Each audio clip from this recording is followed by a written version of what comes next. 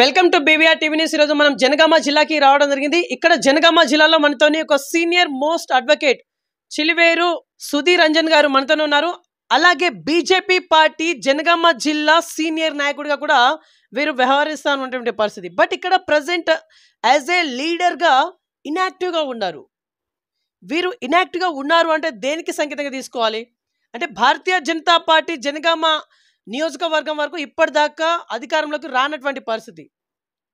చిలివేరు సుధీర్ రంజన్ గారు గతంలో రెండు సార్లు బరిలో దిగి పరాజయ పాలైనటువంటి పరిస్థితి. ఒకసారి చైర్పర్సన్గా కావచ్చు, లేకుంటే కౌన్సిలర్గా కావచ్చు.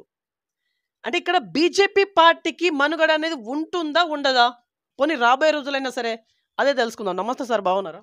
నమస్కారం అండి. ముందుగా బీవీఆర్ న్యూస్ గారికి నా ఇంటర్వ్యూ కోసం ఎంతో ప్రయాసాలు ఓర్చుకొని వరంగల్ నుండి విచ్చేసినందుకు మీకు ధన్యవాదాలు తెలియజేస్తున్నాను. ఓకే సార్, ప్రజెంట్ మీరు బీజేపీ పార్టీ సీనియర్ నాయకుడిగా ఉన్నారు, కాకపోతే ఇన్యాక్టివ్గా ఉన్నారు. మీ ఇన్యాక్టివ్ కలిగినటువంటి అసౌకర్యం ఏంటిది? నేను ఇన్యాక్టివ్ కావడానికి ఏంటంటే నాకు ప్రొఫెషనే నాకు ఇంట్రెస్ట్ కాబట్టి నేను గత 38 సంవత్సరాల నుండి నేను అడ్వకేట్గా ప్రాక్టీస్ చేస్తున్నాను. అయితే చాలా కాలం వరకు నేను పార్టీలో చాలా యాక్టివ్గా పార్టిసిపేట్ అయ్యాను. కానీ ఏంటంటే వృత్తిరీత్యా నేను ప్రెషర్ ఎక్కువైపోయి కాస్త పొలిటికల్ యాక్టివిటీస్ తగ్గించుకొని నేను ప్రొఫెషన్లో చాలా బిజీ అయ్యాను. అందుకోసమే పొలిటికల్గా ఇన్యాక్టివ్ అయ్యాను. ఓకే సార్, ప్రజెంట్ బీజేపీ పార్టీకి ఇక్కడ మనుగడ ఉండదు అనే వాదన వినిపిస్తూ ఉంది. ఎందుకంటే ఇక్కడ కాంగ్రెస్ పార్టీ 6 గ్యారంటీస్తోని స్టేట్లోకి అధికారంలోకి రావడం జరిగింది. ప్రజెంట్ ఇక్కడ మీ జనగాం వరకు చూసుకుంటే బీఆర్ఎస్ పార్టీ ఎమ్మెల్యే అధికారంలోకి ఉన్నారు. బీజేపీ పార్టీ పరిస్థితి ఏంటి? బీజేపీ పార్టీ పరిస్థితి చాలా బాగుంది. కానీ ఏంటంటే ఈ కాంగ్రెస్ ప్రభుత్వం వాళ్ళు 6 గ్యారంటీ స్కీమ్స్ ఎందుకు ఇచ్చారంటే ఎలాగైనా అధికారంలోకి రావాలని మాత్రమే 6 గ్యారంటీ స్కీమ్ ఇంట్రొడ్యూస్ చేశారు తప్ప కాంగ్రెస్ అధికారంలో రావడానికి కాంగ్రెస్ మీద ప్రేమ కానీ కాంగ్రెస్ బలంగా ఉందని కానీ మాత్రం వాళ్ళని గెలిపించుకోలేదు. కేవలం టీఆర్ఎస్ బీఆర్ఎస్ వ్యతిరేకత మాత్రమే కాంగ్రెస్ని గెలిపించిందని మేము భావిస్తున్నాం. ఓకే, కానీ ఇక్కడ ఇదే జనగామ ప్రజలు మీ బీజేపీ అభ్యర్థిని పక్కన పెడతా ఉన్నారు. దీన్ని బట్టి చూస్తే అంటే ఒక్కసారి కూడా ఒక్క ఛాన్స్ కూడా మీకు ఇవ్వలేకపోతారు మీ జనగామ ప్రజలు. తప్పకుండా రాబోయే కాలంలో ఇప్పటివరకు ఇవ్వకపోయినా కానీ రాబోయే కాలంలో భారతీయ జనతా పార్టీ అభ్యర్థిని తప్పకుండా గెలిపిస్తారని మేము ఆశిస్తున్నాం. ఎందుకంటే ప్రస్తుత దేశ రాజకీయ పరిస్థితుల్లో మోడీ గారి యొక్క ప్రభంజనం చాలా ఉంది. ఆయన విశ్వగురువుగా ఇప్పుడు ప్రపంచం దృష్టిలో ఆయన విశ్వగురువుగా ఉన్నారు. కాబట్టి ఏంటంటే అతనిపై ఉన్న మమకారం అనుకోండి, అతను చేస్తున్న అభివృద్ధి అనుకోండి, తర్వాత అవినీతి రహిత పాలన అనుకోండి, కానీ రాబోయే కాలంలో భారతీయ జనతా పార్టీకి మంచి భవిష్యత్తు ఉందని చెప్పేసి మేము భావిస్తున్నాం. కానీ ఇన్ని రోజులు లోకల్ పార్టీస్ టీఆర్ఎస్ పార్టీ అనుకోండి, తెలుగుదేశం పార్టీ అనుకోండి, తర్వాత కాంగ్రెస్ పార్టీ అనుకోండి, అవి ఉనికిలో ఉన్నాయి కాబట్టి భారతీయ జనతా పార్టీకి కొంత మద్దతు రాలేకపోయిందని మేము భావిస్తున్నాం. ఓకే సార్, జనవరి 22వ తారీఖు అంటే నిన్న రామ మందిర నిర్మాణము, బాలరాముడి ప్రాణ ప్రతిష్ఠ నిన్న చాలా గ్రాండ్ సక్సెస్ అయింది. చాలా అట్టహాసంగా జరిగింది. ఇదంతా ఓకే, కానీ గ్రాండ్ సక్సెస్ అయిందనే మాట విన్నామో వినలేదో అంతలోనే కొంత భిన్నాభిప్రాయం కూడా వస్తున్నటువంటి పరిస్థితి దానిపైన, అంటే నెగిటివ్ సైడ్గా. దీనిపైన ఒక సీనియర్ లీడర్గా మీ వర్షన్ ఏంటిది? చూడండి, రామ ప్రాణ ప్రతిష్ఠ చాలా బ్రహ్మాండంగా జరిగింది. ఇది ప్రపంచ స్థాయిలో జరిగింది. మన భారతదేశంలోనే కాకుండా ఫ్రాన్స్, జర్మనీ, తర్వాత ఇటలీ, మారిషస్, తర్వాత అమెరికాలో టైమ్స్ స్క్వేర్లో ఇలాంటి ప్రోగ్రాంలు ప్రపంచ దేశాల్లోని ఎన్నో కంట్రీస్లో ఈ రథయాత్రలు జరగడం జరిగింది. కానీ ఏంటంటే భిన్నాభిప్రాయాలు ఎవరు లేపుతున్నారంటే అది ప్రతిపక్ష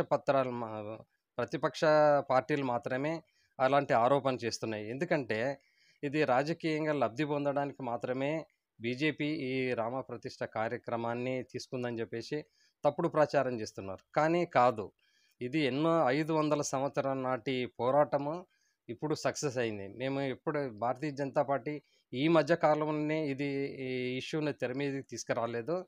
చాలా 500 సంవత్సరాల నుండి వస్తుంది కాబట్టి మేము బీజేపీ ప్రభుత్వము ఇనిషియేటివ్ తీసుకోవడం వల్లనే ఈ రామ మందిరం యొక్క సమస్య పరిష్కరించిందని చెప్పేసి మేము భావిస్తున్నాము.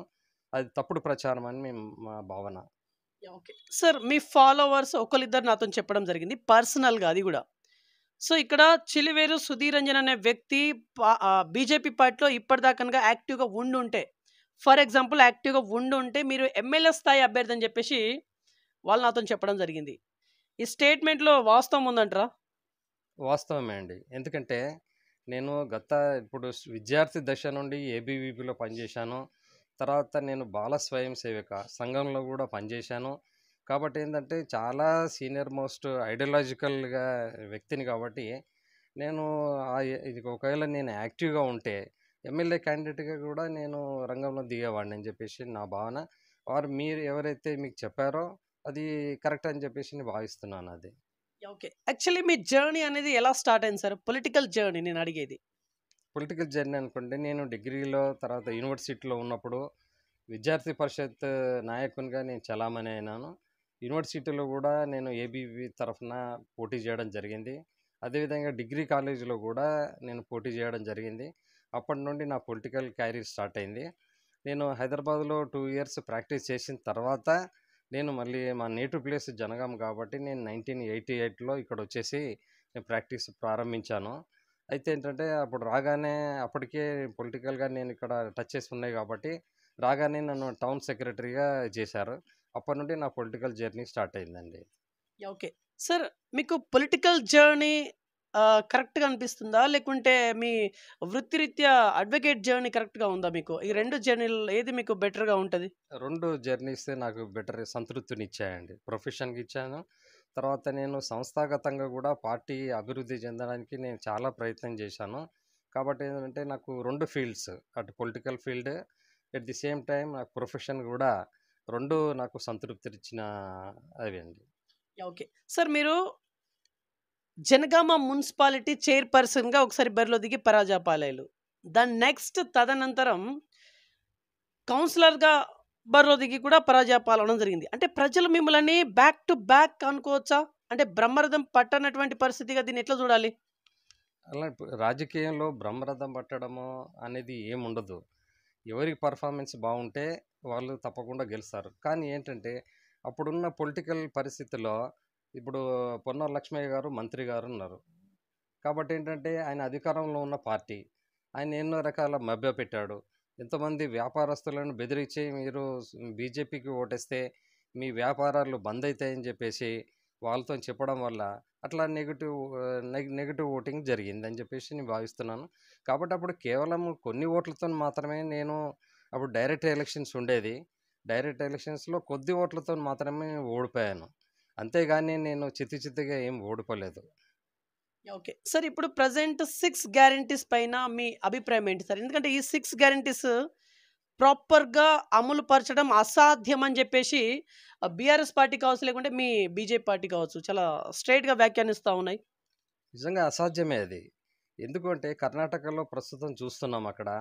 అక్కడ గూడా ఈ 6 గ్యారంటీల స్కీములు గూడా సక్సెస్ కావడం లేదు. ఎందుకు అంటే వాళ్ళు కేవలం అధికారం కోసం మాత్రమే ఈ అమలు కాని గ్యారంటీలను మాత్రమే వాళ్ళు ఇంట్రొడ్యూస్ జేయడం జరిగింది. ఏదో కొద్ది రోజుల్లో వీళ్ళ విషయం ఏంటంటే కాంగ్రెస్ వాళ్ళ ప్రభుత్వము ఈ స్కీమ్స్ అన్నీ గూడా ఫెయిల్యూర్ స్కీమ్సే. నేనేంటంటే మేము తప్పు పట్టట్లేదు. ఈ గృహలక్ష్మి, మహాలక్ష్మి ఇలాంటి స్కీమ్స్ మంచి స్కీమ్సే. వాళ్ళు లబ్ధిదారులు పొందడం చాలా సంతోషకరమే. కానీ అది అమలు చేసే సత్తా కాంగ్రెస్ పార్టీకి లేదు. కేవలము అధికార వాంఛ కోసం మాత్రమే ఇలాంటి కార్యక్రమాలు, ఇలాంటి పథకాలను మాత్రమే ఇంట్రొడ్యూస్ జేయడం జరిగింది. ఓకే. సార్ ఇక్కడ అసాధ్యం అది జరగనటువంటి పరిస్థితి అని చెప్పేసి మీరు అంటా ఉన్నారు. కాకపోతే ఇక్కడ కాంగ్రెస్ పార్టీ మంత్రులు చాలా అనుభవజ్ఞులు. చాలా సీనియారిటీ ఉన్నటువంటి మంత్రులున్నారు ప్రెజెంట్.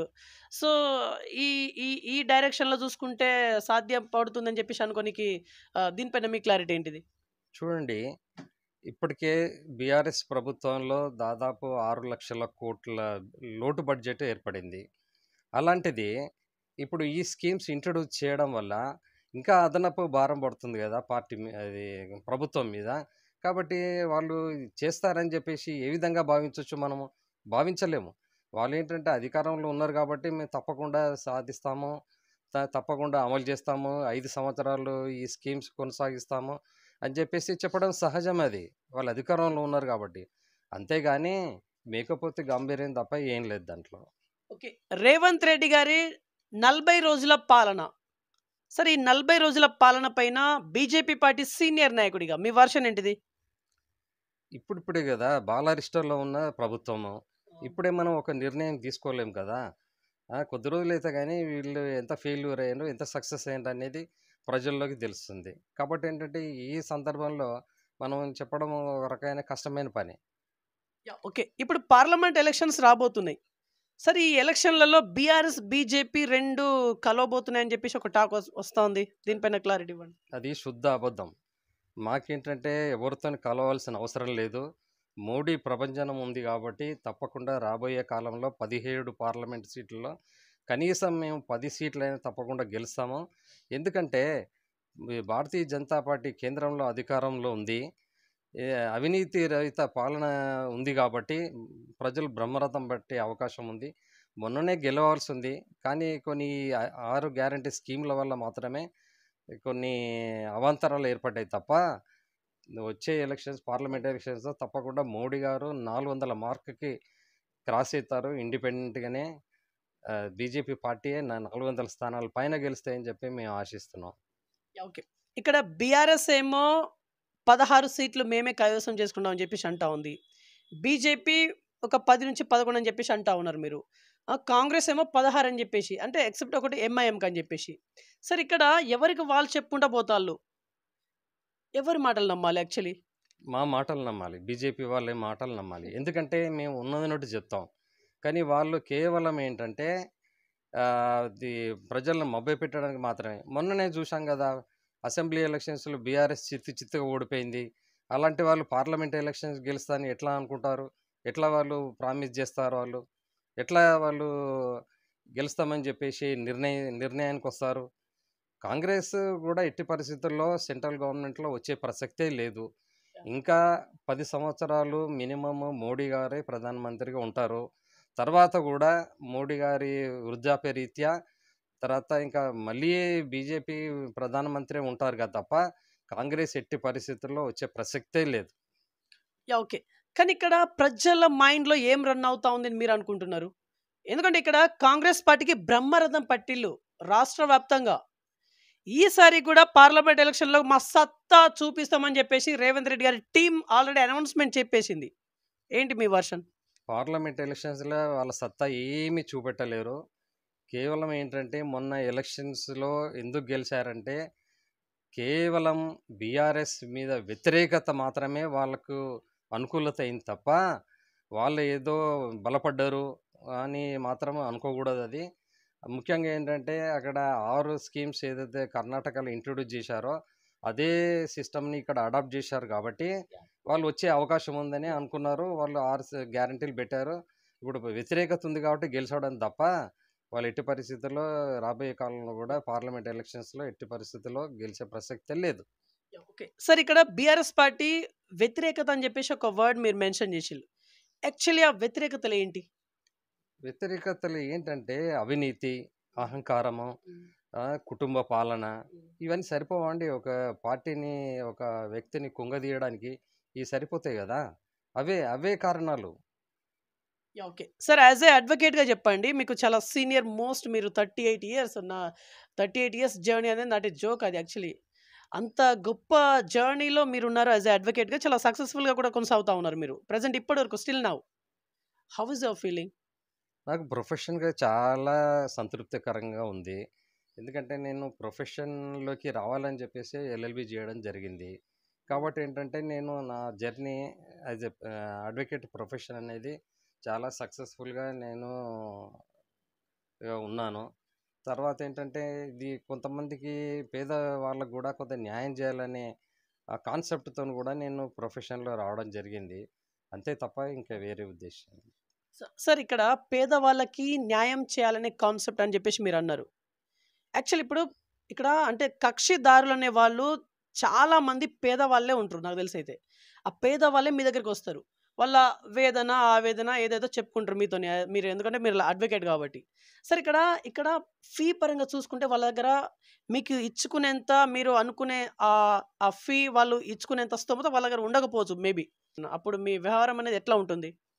చూడండి ఇప్పుడు మా దగ్గర వచ్చే లిటిగెంట్స్ ఎవరైతే ఉంటారో వాళ్ళని కెపాసిటీ బట్టి మేము అడుగుతాం. అంతేగాని పేదవాళ్ళను రక్తం పీల్చి వాళ్ళ దగ్గర మేమేమి వసూలు చేయము. కెపాసిటీ ఉన్న వాళ్ళని అడుగుతాము. కెపాసిటీ లేని వాళ్ళకి కొన్ని ఫ్రీగా చేసిన కేసులు కూడా చాలా ఉన్నాయి. ఎందుకంటే వాళ్ళని చూసి మాకు జాలేస్తుంది ఒక్కొక్కసారి కొన్ని సందర్భాల్లో. వాళ్ళు చెప్పే పరిస్థితిని బట్టి. అట్లాంటప్పుడు మేము ఏంటంటే వాళ్ళ దగ్గర చాలా రీజనబుల్గా ఛార్జ్ చేస్తాం. కొన్ని ఫ్రీగా చేసిన కేసులు కూడా ఉంటాయి. ఎందుకంటే అందరూ ఒకటేలాగా ఉంటారు కదా సమాజంలో. కొంతమంది బలహీనులు ఉంటారు, కొంత బలవంతులు ఉంటారు. వాళ్ళ తగ్గట్టు మేము చేస్తాం తప్ప ఇంకా వేరేది లేదు. యాహ్! ఓకే. సార్ యాక్చువల్లీ మీ వృత్తి పట్ల ఉండేటువంటి మీ గౌరవం ఏదైతే ఉందో, ఇప్పటిదాకా మీరు అనుకున్నటువంటి గోల్స్ కావచ్చు, అచీవ్‌మెంట్స్ కావచ్చు, లేకుంటే టార్గెట్స్ కావచ్చు, వాటెవర్ అన్నిటికన్నా మీరు రీచ్ అయ్యిల్లా? ఇప్పుడు ప్రొఫెషన్‌లో టార్గెట్స్ అంటూ ఏముండవు. ఇదేదో కాంపిటీటివ్ టెస్ట్ కాదు ఇవన్నీ రీచ్ కావడానికి. Profession case to case facts డిఫరెంట్‌గా ఉంటాయి. మనకి డాక్యుమెంటరీ ఎవిడెన్స్ బేస్ మీదనే మనం కేసులు నెగ్గుతాం. అంతేగాని ఏం డాక్యుమెంటరీ ఎవిడెన్స్ లేకుండా మనం కేసులు గెలవడం గానీ, ఓడిపోవడం గానీ అది జరగదు. ఓకే. మీరు 4 సార్లు బార్ అసోసియేషన్ ప్రెసిడెంట్‌గా కూడా మీరు 4 సార్లు గెలిచిల్లు. సార్ ఏం చేసిల్లు సార్ మీరు? ఈ 4 దఫాలుగా మీరు ఎట్లాంటి డెవలప్‌మెంట్ చేసిల్లు యాస్ ఎ ప్రెసిడెంట్‌గా మీరు? డెవలప్‌మెంట్ అంటే చూడండి అడ్వకేట్స్‌కి ఎలాంటి ఇబ్బంది జరిగినా గానీ ఇమ్మీడియేట్‌గా మేము అప్రోచ్ అయ్యేది. సపోజ్ అడ్వకేట్‌ని ఎవరన్నా పోలీసు వాళ్ళు గానీ, ఎవరైనా గానీ వేధించినట్టయితే, లేపోతే ఏదన్నా జరిగినట్టయితే మేము ఇమ్మీడియేట్‌గా అడ్వకేట్‌కి రక్షణగా ఉండి మేము చేసేది. అది ముఖ్యం. అదేవిధంగా బార్ కౌన్సిల్‌లో ఏదైనా పనులున్నా గానీ, అడ్వకేట్స్‌కి సంబంధించిన విషయాలు ఏమన్నా ఉన్నా గానీ, మేము తప్పకుండా ఎళ్లి అటెండ్ చేసేది. అటెండ్ చేసి వాళ్ళ సమస్యల్ని మేము పరిష్కరించేది. డెవలప్‌మెంట్ అంటే అంతకన్నా డెవలప్‌మెంట్ ఇంకేముండదు. యాహ్! ఓకే. మీరొకసారి పీపీగా ట్రై చేసిల్లంట? అంటే మీ పేరు ప్యానెల్‌లో అక్కడి వరకు పోయిందని జెప్పేసి విన్నాము. తర్వాత ఏమైందసలు? మీరు పీపీగా ఎందుకని ఎన్నిక కాలేకపోయిల్లు? చూడండి అది అన్నీ నామినేటెడ్ పోస్ట్స్. హ్మ్. నామినేటెడ్ పోస్ట్ అంటే ఎవరిలైతే అధికారంలో ఉన్న పార్టీ వాళ్ళు మాత్రమే నామినేట్ చేయబడుతుంది. మేమేం అపోజిషన్ పార్టీ కదా, భారతీయ జనతా పార్టీకి సంబంధించిన వాడిని నేను. కాబట్టి సక్సెస్ కాలేరు. వాళ్ళ పార్టీ వాళ్ళని నామినేట్ చేసుకుంటారు. అంతే తప్ప మనకి పర్ఫార్మెన్స్ సరిగ్గా లేదని కాదు. యాహ్! ఓకే. సార్ ఈ క్వెషన్ ఇప్పుడు అడగబోయే క్వెషన్ నేను ప్రతి ఒక్క అడ్వకేట్‌ని అడిగినటువంటి క్వెషన్. 41 ఇయర్స్ సీఆర్‌పీసీ సెక్షన్ దీని గురించి మీకు చాలా బాగా తెలుసు. సార్ దీనివల్ల నష్టపోయేది స్థానిక ప్రజలా? లేకుంటే మీ జూనియర్ అడ్వకేట్సా? చూడండి 41 సిఆర్పిసి మంచి ఉద్దేశంతోనే ఇన్కార్పొరేట్ చేశారు. కానీ అదేంటంటే మిస్యూజ్ అవుతుంది. ఎలాగంటే 41 సిఆర్పిసి ముఖ్య ఉద్దేశం ఏంటంటే ఎవరైతే కక్షిదారులు ఉన్నారో వాళ్ళు కోర్టుకెళ్తే వాళ్ళని రిమాండ్ చేసి ఒక అడ్వకేట్ ద్వారా బెయిల్ తీసుకోవాల్సి వస్తుంది. కాబట్టి ఏంటంటే ఆ అడ్వకేట్ డబ్బులు ఇచ్చేస్తేనే బెయిల్ తీసుకుంటారు కాబట్టి అది అవాయిడ్ చేయడానికి అని చెప్పేసి పోలీస్ స్టేషన్లోనే వాళ్ళకి బెయిల్ ఇచ్చే విధంగా ఆ సెక్షన్ ఒకటి ఇన్కార్పొరేట్ చేశారు. కానీ ఇక్కడ ఏమవుతుందంటే అలాంటి వాళ్ళని కక్షిదారులని డైరెక్ట్గా పోలీస్ స్టేషన్లోనే వాళ్ళు బెయిల్ ఇచ్చేసి పంపుతున్నారు. ఇక్కడ కాబట్టి రిమాండ్ చేయడం లేదు వాళ్ళని. ఆ కక్షిదారులను రిమాండ్ చేయకపోవడం వల్ల అడ్వకేట్స్ సఫర్ అవుతున్నారు. అయితే ఏంటంటే బార్ కౌన్సిల్ ఆఫ్ ఇండియా కూడా ఈ విషయంలో స్పందించింది. ఈ సెక్షన్ని డిలీట్ చేయాలి, ప్రతి కేసులో రిమాండ్ చేయాలని చెప్పేసి కూడా bar council of India, bar council of state of Andhra Pradesh, Telangana ఇవన్నీ కూడా డిమాండ్ చేశాయి. కానీ ఏంటంటే 41 సిఆర్పిసి అదే విధంగా కొనసాగించడం వల్ల కక్షిదారులు చాలా వరకు నష్టపోతూ ఉన్నారు. వాళ్ళు వేలు డబ్బులు పెట్టేసి అక్కడ ఇబ్బంది పడుతూ ఉన్నారు. కాబట్టి ఏంటంటే 41 సిఆర్పిసి మంచి ఉద్దేశంతోని చేసినా కానీ ఎక్కడ మిస్యూజ్ అవుతుందనేది మా అడ్వకేట్స్ వాదన. ఓకే. మరి దీనికి సొల్యూషన్ దిశగా మీరేమైనా అడుగులు వేసిల్లా? మీరంటే మీ అడ్వకేట్స్ మీదొక యూనిటీ ఉంటుంది గదా! మీదొక సంస్థ. ఏమైనా అడుగులు వేస్తా ఉన్నారా ప్రెజెంట్? తప్పకుండా మేము దీని మీద యాజిటేషన్స్ కూడా చేశాము. తర్వాత గవర్నమెంట్ ఆఫ్ ఇండియాకి కూడా రిప్రజెంటేషన్స్ ఇచ్చాము. మా బార్ కౌన్సిల్ వాళ్ళు కూడా రిప్రజెంట్ చేసి ఆ సెక్షన్‌ను డిలీట్ చేయాలని చెప్పేసి కూడా అది ఎన్నో ప్రయత్నాలు జరిగినాయి. అదంతా ప్రాసెస్‌లో ఉందది. యాహ్! ఓకే. సార్ యాక్చువల్లీ ఇప్పుడు పొలిటికల్ వైపు వద్దాం యాక్చువల్లీ. ఈ రామ మందిర నిర్మాణం అనేది ఇది యాక్చువల్లీ మీ పార్లమెంట్ అంటే ఇప్పుడు రాబోయే పార్లమెంట్ ఎలక్షన్ ఒక స్టంట్ అని చెప్పేసి ఒక టాక్ అయితే వచ్చింది. వాస్తవం కాదంటారా ఇదంతా? వాస్తవం కాదండి. ఎందుకంటే ఈ రామ జన్మభూమి అనే ఇష్యూ గత 500 సంవత్సరాల నుండి ఇది ఏర్పడ్డది కాబట్టి ఏదో ప్రస్తుతం రాజకీయ లబ్ధి కోసం మాత్రమే ఇది స్టంట్ చేశారు అనేది, లబ్ధి పొందడానికి కోసం ఇవన్నీ చేస్తున్నారు అనేది ఏదో కాంగ్రెస్ వాళ్ళ ప్రచారమే తప్ప, విపక్షాల ప్రచారమే తప్ప దాంట్లో ఎలాంటి వాస్తవం లేదు. ఎందుకంటే ఇది హిందువుల మనోభావాలకు సంబంధించింది కాబట్టి, ఇది ఎన్నో సంవత్సరాల నుండి పోరాటం, శతాబ్దాల పోరాటం కాబట్టి ఈ సమయంలో రామ ప్రతిష్ఠ చేశాము కాబట్టి ఏంటంటే వాళ్ళు తప్పుడు ప్రచారం లబ్ధి పొందుతారేమో అనే ఉద్దేశంతోనే వాళ్ళు తప్పుడు ప్రచారం చేస్తుంది, అంతే తప్ప దానిలో ఎలాంటి వాస్తవం లేదు. Okay sir, BJP party senior లీడర్గా చెప్పండి, ఇప్పటిదాకా మీ జనగామ జిల్లా వ్యాప్తంగా చూసుకుంటే బిఫోర్ తెలంగాణ, ఆఫ్టర్ తెలంగాణ మీరు గమనించినటువంటి డెవలప్మెంట్ ఏంటిది? ఏమి డెవలప్మెంట్ గమనించలేదు. కాకుంటే ఏంటంటే ఈ బీఆర్ఎస్ నాయకులు ఉన్నారు కదా, చంద్రశేఖరరావు, హరీష్ రావు, కేటీఆర్, వాళ్ళ నియోజకవర్గాలు మాత్రమే డెవలప్ అయినాయి తప్ప స్టేట్లో ఏ నియోజకవర్గం కూడా డెవలప్ కాలేదు. అంతవరకు మాత్రం వాస్తవం అది. ఎందుకంటే వాళ్ళు కేవలం వాళ్ళ నియోజకవర్గాల మీద మాత్రమే, వాళ్ళు రాబోయే ఎలక్షన్స్లో తప్పకుండా గెలవాలనే ఉద్దేశంతో మాత్రమే అలాంటి అభివృద్ధిని చేసుకున్నారు తప్ప దాంట్లో మిగతా స్టేట్లో అన్ని ప్రాంతాల మీద దృష్టి పెట్టలే వాళ్ళు. ఓకే సార్, ఇక్కడ జనగామ వరకు మనం మాట్లాడుకుంటే ఇక్కడ డెవలప్మెంట్ ఏం జరగలేదని చెప్పేసి మీరు అంటా ఉన్నారు. బ్యాక్ టు బ్యాక్ 2 పర్యాయాలు ఇక్కడ బీఆర్ఎస్ పార్టీ వ్యక్తులే చేయడం జరిగింది, ముత్తిరెడ్డి యాదగిరి రెడ్డి గారు. నెక్స్ట్ ఇప్పుడు తదనంతరం మూడోసారి కూడా పల్లా రాజేశ్వర రెడ్డి అంటే బీఆర్ఎస్ పార్టీ అభ్యర్థి. ఇక్కడ డెవలప్మెంట్ జరగనప్పుడు బీఆర్ఎస్ పార్టీ అభ్యర్థులకి బ్రహ్మరథం ఎందుకని పడుతున్నట్టు మరి దీన్ని బట్టి చూస్తే? కేవలం డబ్బులతో మాత్రమే వాళ్ళు గెలవడం జరుగుతుంది, అంతేగాని ఏదో డెవలప్ చేసిందనేది దృష్టిలో పెట్టుకొని ప్రజలు ఓట్లు వేయలే. వాళ్ళు కేవలం డబ్బులు పంచి మాత్రమే ఈ ఎన్నికల్లో గెలిచారు తప్ప వాళ్ళు ఏదో అభివృద్ధిని చూసి మాత్రము ఓట్లు వేయలే వీళ్ళకి. బీజేపీ వాళ్ళు పంచలేదంటారా?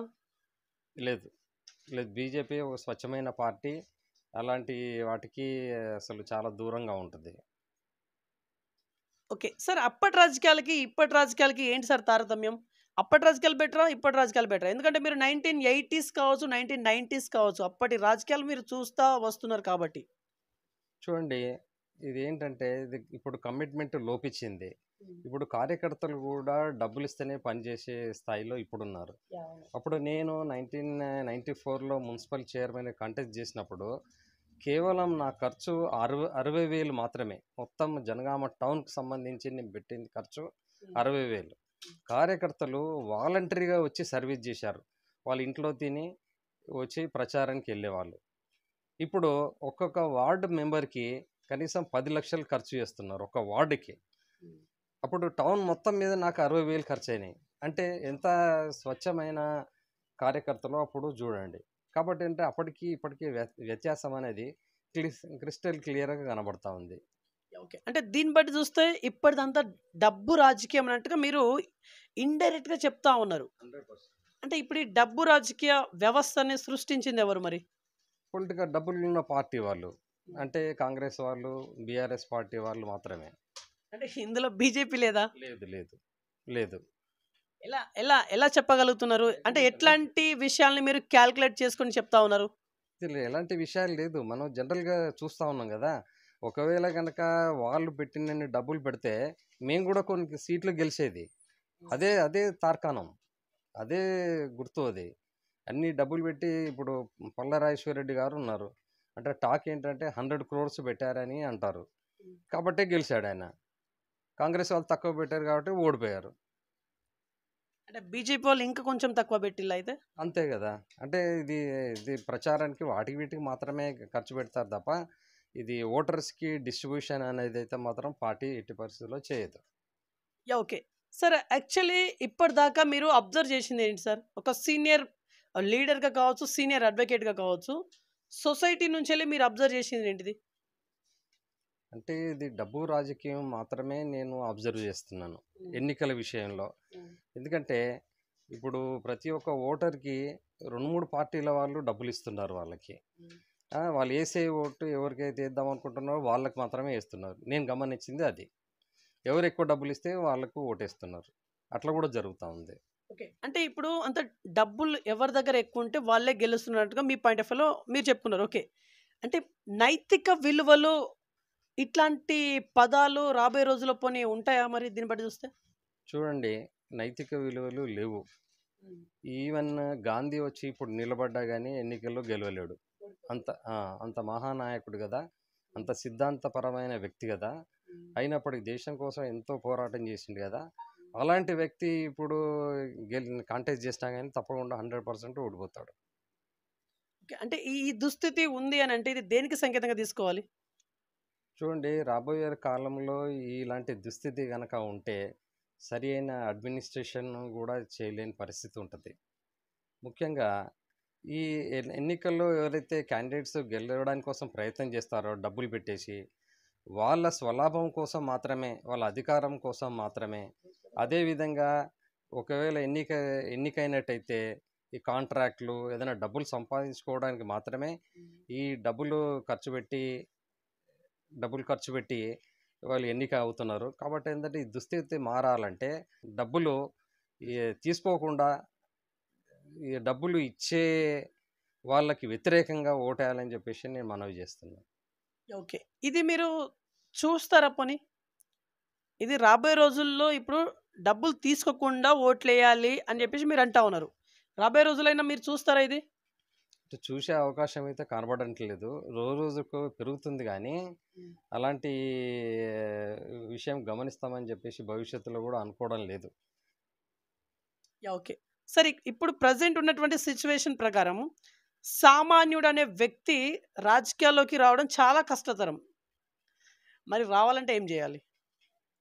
ఓటర్లు మనస్తత్వం మారాలి.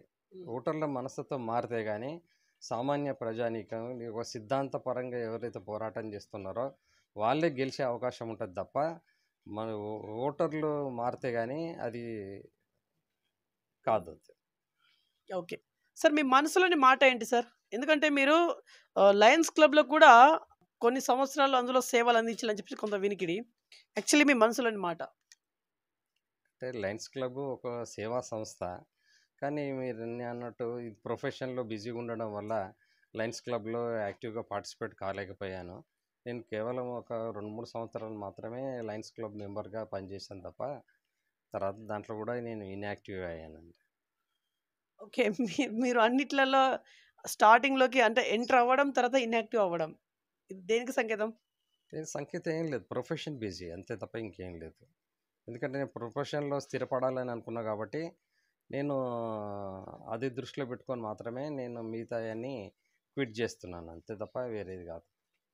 మీ వృత్తి పట్ల మీకున్నటువంటి గౌరవం ఇటు రాజకీయంగా మిమ్మల్ని దూరం చేసింది, సోషల్ యాక్టివిస్ట్ పరంగా కూడా మిమ్మల్ని దూరం చేస్తూ ఉంది. మరి ఈ వృత్తిపరంగా మీరేం సంపాదించుకున్నారు? వృత్తిపరంగా నేను ఒక మంచి అడ్వకేట్గా నేను పేరు సంపాదించుకున్నా అంతే తప్ప ఇంకేం లేదు. ఓకే. ఇప్పటిదాకా మీరు మెజిస్ట్రేట్ జడ్జ్‌గా ఎందుకని ట్రై చేయలేకపోయిల్లు? నాకేంటంటే వృత్తి మీద నాకు ఇంట్రెస్ట్ కాబట్టి ఇది కొంతమంది లిటిగెంట్స్కి ఏదో రకమైన సహాయం చేయాలనే ఉద్దేశంతో మాత్రమే నేను ప్రొఫెషన్లో రావడం జరిగింది. అది ఒక రకంగా చెప్పాలంటే ఆఫీసర్ అయితే అది చేయరాని పని అనమాట. అలాంటి సర్వీస్ చేయలేం. కాబట్టి ఏంటంటే నేను ప్రొఫెషన్లోనే పేదలకు ఒక సహాయం చేయాలనే ఉద్దేశంతోనే నేను వృత్తిరీత్యా న్యాయవాది అయ్యాను. అందువల్లనే నేను జడ్జికి ఎప్పుడు కానీ ఇది కాంపిటేటివ్ ఎగ్జామ్స్లో ప్రిపేర్ కాలేదు. ఓకే. సార్ ఇప్పుడు ప్రెజెంట్ మీరు ఫుల్లీ సాటిస్ఫాక్షన్ ఉందా మీకు? ఎందుకంటే వృత్తిపరంగా కావచ్చు, ప్రవృత్తి పరంగా కావచ్చు, ఇంకేది రకంగా కావచ్చు. సాటిస్ఫాక్షన్ అది ఉందా మీకు? నాకు పొలిటికల్గా సాటిస్ఫాక్షన్ ఉంది, ప్రొఫెషనల్గా సాటిస్ఫాక్షన్ ఉంది. ఎందుకంటే నేను రాజకీయంలో ఉన్నంత కాలము నేను పార్టీ కోసము ఎనలేని సేవ చేశాను. ఎందుకంటే నేను ఇక్కడ జిల్లా ఉపాధ్యక్షునిగా ఉన్నప్పుడు ఒక మండల్ ఇన్ఛార్జిగా ఉండేది, మెంబర్షిప్ ఇన్ఛార్జి. నేను సంస్థాగత పరంగా నేను చాలా వరకు నేను పార్టీ అభివృద్ధి కోసం కృషి చేసిన నేను. అదేవిధంగా ప్రొఫెషన్‌లో గూడా నేను చాలా కష్టపడతాను గాబట్టి, నాకు ప్రొఫెషన్ గూడా సంతృప్తినిచ్చింది. 2 రంగాలు నాకు 2 కళ్ళలాంటివి. ఓకే. సార్ తెలంగాణ రాష్ట్ర వ్యాప్తంగా ప్రెజెంట్ అంటే మొన్నటికి మొన్న జరిగినటువంటి శాసనసభ ఎలక్షన్‌కి సంబంధించినటువంటి ఇన్ఫర్మేషన్ ఏందంటే మీకిక్కడ ఓటు శాతం పెరిగింది. బీజేపీకి ఓటు శాతం పెరిగింది. ఓకే. అక్కడి వరకు ఓకే. కానీ ఇక్కడ ప్రజలు బ్రహ్మరథం పడుతున్నారా అనేది మనం దీన్ని ఎట్లా చూడాలి? అంటే గెలిపించబోతున్నారా రాబోయే రోజులైనా సరే అనే క్వెషన్‌కి మీ దగ్గర ఉండే ఆన్సర్ ఏంటిది? ఓటు శాతం అయితే పెరిగింది. చూడండి అంతకుముందు 4 ఒకటే సీట్ గెలిచాము రాజేష్ సింగ్ గారిది. తర్వాత బై ఎలక్షన్స్‌లో ఈటల రాజేందర్ గారు, రఘునందన్ రావు గారు గెలిచారు. మొన్న డైరెక్ట్ ఎలక్షన్స్‌లో 8 సీట్లు గెలిచాము. అప్పుడు 34,00,000 ఓట్లు బీజేపీకి పోలైనాయి. అంటే పార్టీ ఎంత అభివృద్ధి చెందిందంటే ఒక వుడ్ బీ సీఎంను, ఒక ప్రెజెంట్ సీఎంను ఓడగొట్టేంత కెపాసిటీ ఉన్న పార్టీ భారతీయ జనతా పార్టీ అని మేము నిరూపించుకోగలిగినాం. కామారెడ్డిలో వెంకటరమణారెడ్డి గారు అటు రేవంత్ రెడ్డి కాబోయే ముఖ్యమంత్రిని ఓడగొట్టాడు. అదేవిధంగా కేసీఆర్‌ను కూడా సిట్టింగ్ ముఖ్యమంత్రిని కూడా ఓడగొట్టాడు. అంటే ప్రజల్లో భారతీయ జనతా పార్టీ మీద ఎంత నమ్మకం ఉంటే ఆ విజయం సాధించాలనేది మనం ఇక్కడ గమనించవలసిన విషయం. ఓకే. సార్ ఇక్కడ లాస్ట్ అండ్ ఫైనల్లీ ఏమైనా చెప్పి ముగించాలనుకుంటున్నారా? ఒక సీనియర్ అడ్వకేట్‌గా at the same time senior నాయకుడిగా బీజేపీ పార్టీ. చూడండి నేను ప్రొఫెషన్‌గా స్థిరపడ్డాను. ఇంకా మంచి మంచి ఫలితాలు రావాలని చెప్పేసి ప్రొఫెషన్‌లో ఆశిస్తున్నాను. అదేవిధంగా రాబోయే పార్లమెంట్ ఎలక్షన్స్‌లో, అదేవిధంగా వచ్చే అసెంబ్లీ ఎన్నికల్లో భారతీయ జనతా పార్టీ తప్పక విజయం సాధించాలని నేను ప్రస్తుతం ఉన్న పరిస్థితుల్లో భారతీయ జనతా పార్టీకి మాత్రమే ప్రజలందరూ బ్రహ్మరథం పట్టాలని చెప్పేసి నేను కోరుకుంటున్నాను. ఓకే. యాక్చువల్లీ కొన్ని క్వెషన్స్ వేయాలనుకుంటున్నా. మీకు వేరే వేరే పార్టీ నుంచెళ్ళి ఆఫర్‌లొచ్చాయంట. వాస్తవమా? లేదు. అస్సలు లేదు. ఏం ఆఫర్స్ లేవు. ఉన్నా గానీ నాది జీవితాంతం నాకు చిన్నప్పటి నుండి ఒక జాతీయవాదిని గాబట్టి, నేను ఇదే పార్టీలో కొనసాగుతాను. చివరి శ్వాస వరకు గూడా ఇదే పార్టీలో ఉంటానని జెప్పేసి నాకు ఆత్మవిశ్వాసం ఉంది. కానీ వేరే పార్టీలో ఆఫర్స్ లేవు. నేను ఎప్పుడు గూడా ప్రయత్నం చేయలే. చేయలేదు, చేయబోను గూడా. మీరేమైనా నామినేట్ పోస్ట్ దిశగా ఏమైనా అడుగులు వేయబోతున్నారా ప్రెజెంట్? ప్రెజెంట్ ఏం లేదండి. అప్పుడు నేను వాజ్పేయి గవర్నమెంట్‌లో ఉన్నప్పుడు టెలిఫోన్ అడ్వైజరీ కమిటీ మెంబర్‌గా నన్ను నామినేట్ జేశారు అప్పుడు. ఇప్పుడు ప్రస్తుతం నేనేం ప్రయత్నం చేయట్లేదు. ఎందుకు చేయట్లేదు? అంటే మీకు ఎట్లాగో రాదు అని జెప్పేసి మిమ్మల్ని మీరే డిసైడ్ చేస్తా ఉన్నారా దీన్ని బట్టి చూస్తే? చూడండి నా కాంటెంపరరీస్ టాప్ పొజిషన్‌లో ఉన్నారు. మురళీధర్ గారు ఆల్ ఇండియా జనరల్ సెక్రటరీ. నేను ప్రయత్నం చేయదలుచుకుంటే తప్పకుండా నేను సఫలీకృతం అయితాను. కానీ ఏంటంటే నాకు ప్రొఫెషన్ రీత్యా నేను ఇంకా వేరే ఏమీ చేయలేకపోతున్నాను. Okay. Sir last and finally మీ జనగామ జిల్లా ప్రజానికానికి ఏమైనా చెప్పుకోవాలనుకుంటున్నారా? ఏం లేదు. ఇప్పుడు చూడండి రాబోయే ఎన్నికల్లో తప్పకుండా భారతీయ జనతా పార్టీని గెలిపించాలని జనగామ నియోజకవర్గ ప్రజలని కోరుకుంటున్నాను. ఎందుకంటే బీఆర్ఎస్ పార్టీ, తర్వాత కాంగ్రెస్ పార్టీ 2 పార్టీలు ప్రజలకు ద్రోహం చేసే పార్టీలు కాబట్టి నేను భారతీయ జనతా పార్టీ అవినీతి రహిత పాలన అందిస్తది కాబట్టి అందుకోసమే బీజేపీని మేము ఎన్నుకోవాలని చెప్పేసి ప్రజలందరికీ నేను కోరుకుంటున్నాను. ఓకే. యాక్చువల్లీ ఇంకో question sir. Last and final question ఇదే. సార్ మీ సహచర నాయకులు ప్రెజెంట్ ఏ రంగాల్లో ఉన్నారు? ఎందుకంటే మీరు చాలా పెద్ద వ్యక్తులతోని కలిసి పనిచేసినట్టు కొంత సమాచారం. ఇప్పుడు వాళ్ళు ప్రెజెంట్ ఎమ్మెల్యేలు, మినిస్టర్లు కూడా అయినటువంటి పరిస్థితి అని చెప్పేసి. ఇప్పుడు ప్రెజెంట్ అదే రంగంలో ఉన్నారా వాళ్ళందరూ? చూడండి నేను ఏబీవీపీ ఆర్గనైజేషన్లో హైదరాబాద్లో చేసినప్పుడు లా కాలేజీలో ఉన్నప్పుడు ఈ ధర్మారావు గారు ఎక్స్ఎమ్మెల్యే, తర్వాత ప్రేమేందర్ రెడ్డి గారు, తర్వాత వచ్చేసి ఎన్ రామచంద్రరావు గారు ఎక్స్ఎమ్మెల్సీ, వీళ్ళంతా నాకు కాంటెంపరరీస్. అదేవిధంగా మురళీధర్ రావు గారు ఆల్ ఇండియా జనరల్ సెక్రటరీ కూడా మేమంతా కలిసి అప్పుడు ఏబీవీపీలో పనిచేసాము. కాబట్టి ఏంటంటే వాళ్ళందరితోని నాకు మంచి సంబంధాలు ఉన్నాయండి. ఓకే. సో ఇదండి ఇవాల్టి ఇంటర్వ్యూ. నెక్స్ట్ మరొక ఇంట్రెస్టింగ్ మరి ఇంపార్టెంట్ టాపిక్‌తో మీ ముందు చూస్తున్నాను. BVR TV news. Until then bye. Take care.